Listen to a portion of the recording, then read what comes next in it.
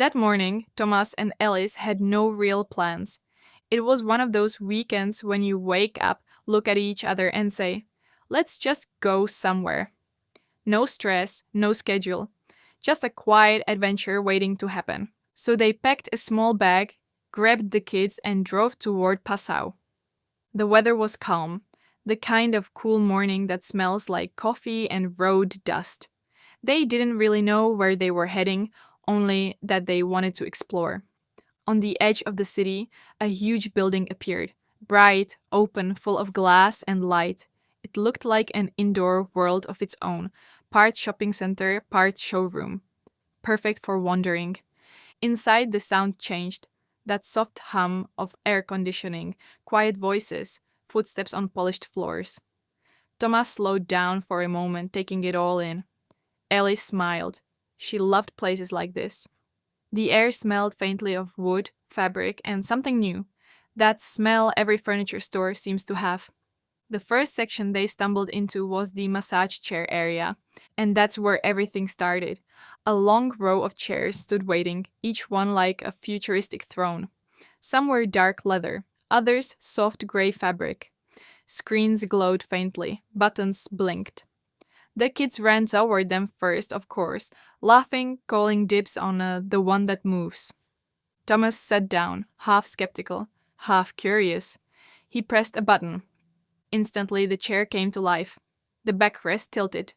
Rollers began to move along his spine, slow and precise, like invisible hands tracing every muscle.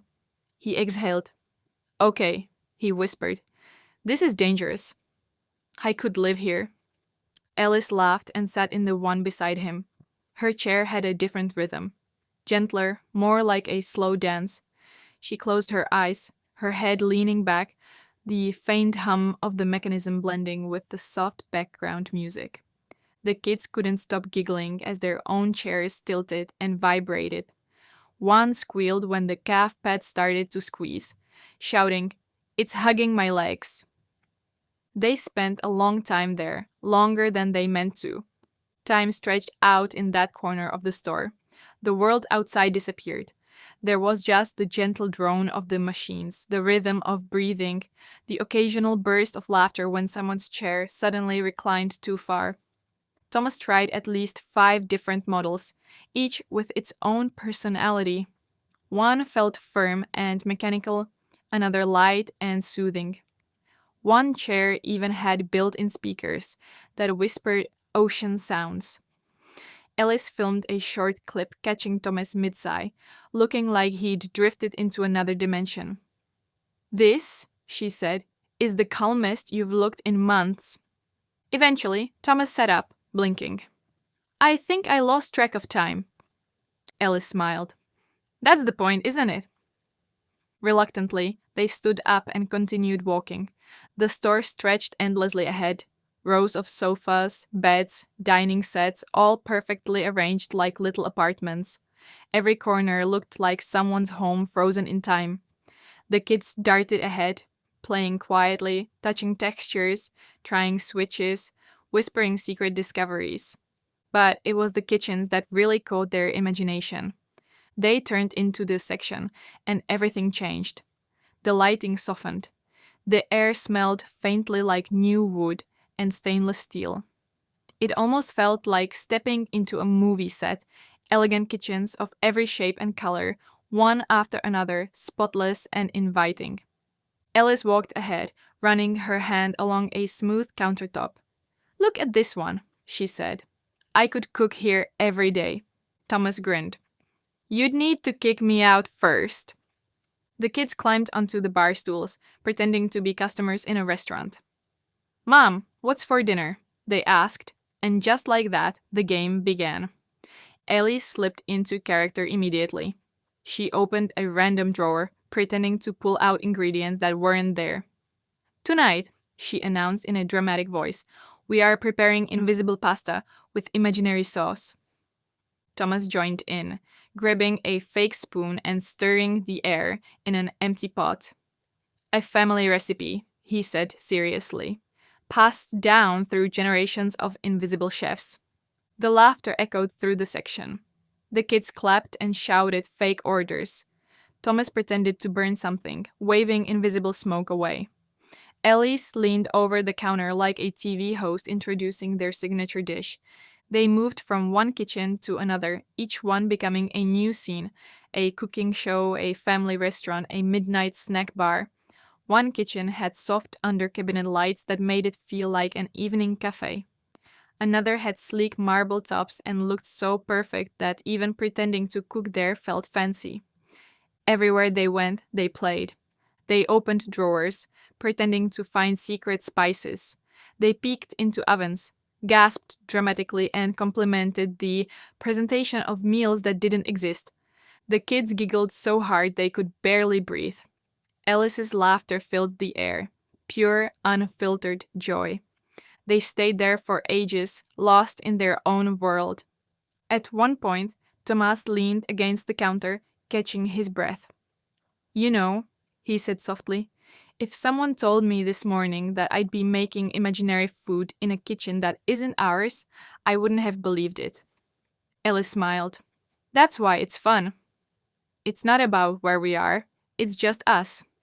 They left the kitchen section eventually, but their energy carried with them that quiet aftertaste of laughter that stays in the chest long after you stop smiling. The next part of the store was calmer. Lamps, mirrors, soft lighting.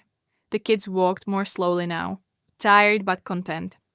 Thomas picked up a tiny candle holder, shaped like a bird, and joked that it looked like him before morning coffee.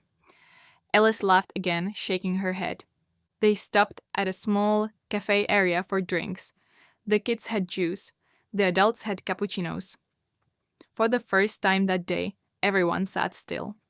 Through the big glass windows, the world outside glowed golden, late afternoon sunlight painting everything warm. Thomas looked around, watching people wander between furniture displays. "You know," he said, "I used to think stores like this were boring, but it's actually nice." Elis nodded. "It's not about the place. It's about what we make of it."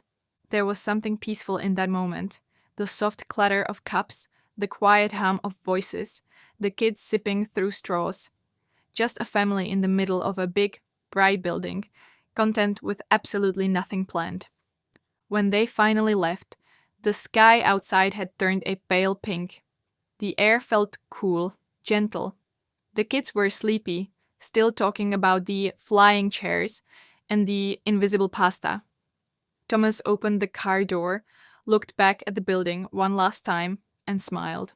No shopping bags, no big purchases, just the kind of day that fills your head with warmth. A day that started with no expectations and somehow turned into something they'd remember. On the drive home, the city lights slid by outside the windows. The kids fell quiet, watching the reflections. Elis leaned her head against the seat, still smiling. Thomas reached over and turned down the radio. "We should do this more often," he said. "Just wonder." Elis looked at him. "That's how the best days start." And that was it. Nothing fancy, nothing planned. Just a slow, ordinary Saturday that somehow became one of those rare, perfect memories. Not because of where they went or what they saw, but because of how they felt. Because for a few hours, in a maze of lights and furniture, they remembered what it means to simply be together, to play, to laugh, to forget time.